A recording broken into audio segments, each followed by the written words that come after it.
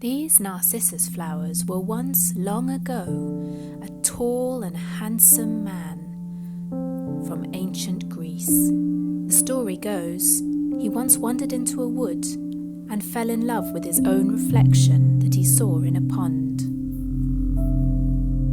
Realizing his mistake, that he'd fallen in love with his reflection, poor Narcissus pined away till eventually his body turned into the flower that we know today. Firstly, we're going to sketch out the narcissus very lightly with our pencil. Begin with a circle and straight lines, 6 of them, at different angles around the circle, because these are your petals. The narcissus flower is based upon a hexagon. Then mark the very center.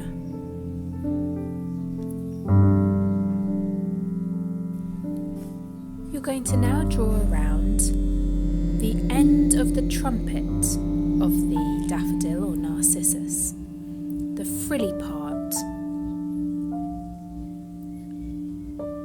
Then draw thin little lines towards the middle.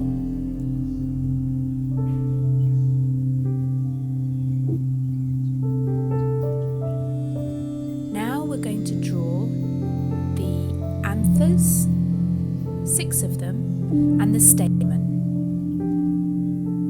Now we're going to draw the petals, but we're going to first draw every other petal, and we're going to start with the petals that are on top or over the other petals.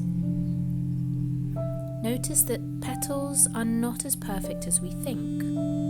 There are often little dips in them, little cuts, little bits that overlap other bits. Here is the second petal that is over the others. And finally, the third petal that is over the others. Now we are going to do the petals that are behind.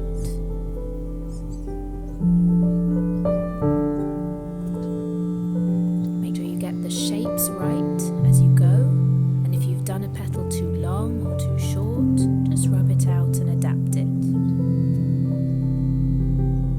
We're now going to draw a daffodil from more of a side view. So we still start with a sort of circle.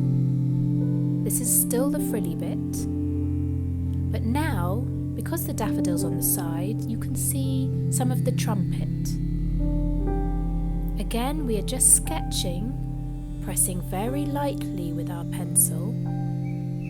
This time 6 petals, and you can see some of them come from behind the frilly bit or the trumpet.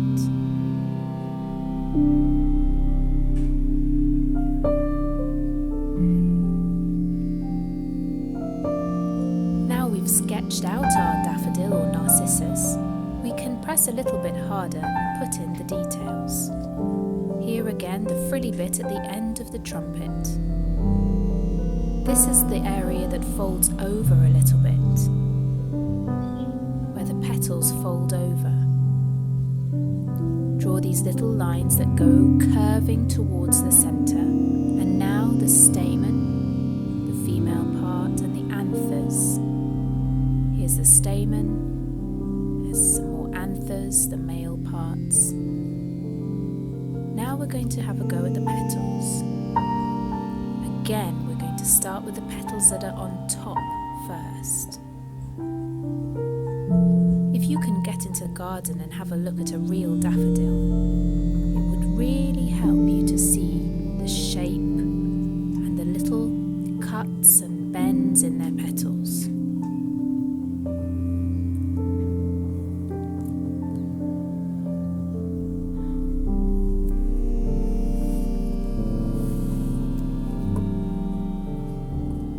Daffodils and narcissus have long stems.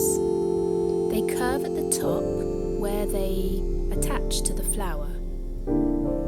If you're drawing any lines across the stems, make sure those lines are curved too. It gives it a 3-dimensional look.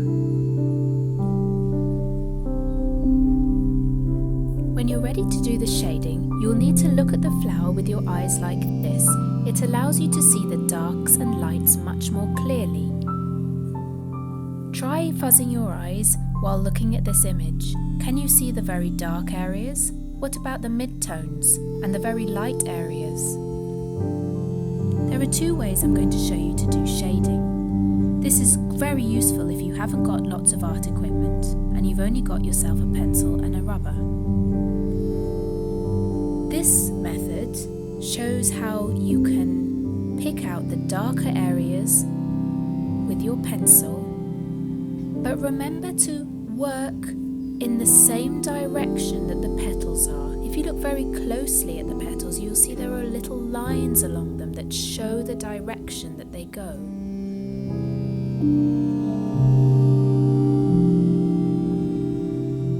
Gradually you can see thin pencil lines showing the direction that the petal is going. There are also little shaded areas just near the edge of the petal. Here, the shading is much darker because this particular petal is underneath the other petal. By shading the underneath petal darker, it allows the petal on top to pop and helps it to look 3D.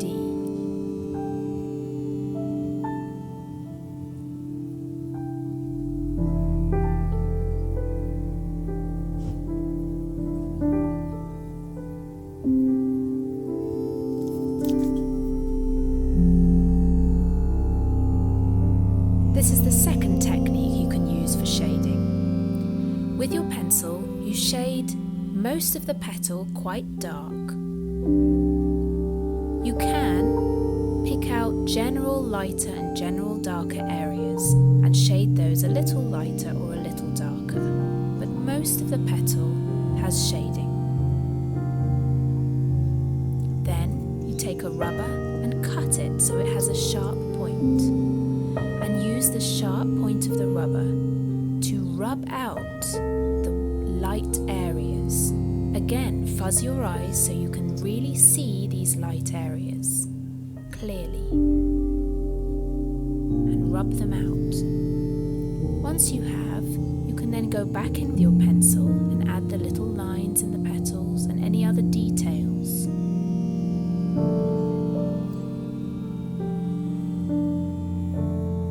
Shading the trumpet is tricky because you want it to look three-dimensional. Slowing down the video here, you can see that the shading is curved. By curving it, it really shows the shape of the trumpet. The shading going across the trumpet is also curved for the same reason. Fuzz your eyes again and see where the darker areas are. You can use the rubber and take out if you've overshaded. And take your time. Now for the inside of the trumpet. This is very, very dark as hardly any light can get in there. So really press hard with your pencil. Carefully around the stamens and the anthers. And slowly, as you come out towards the edge of the trumpet, press less hard so that the shading becomes lighter and lighter. Finally, on these petals, add little lines.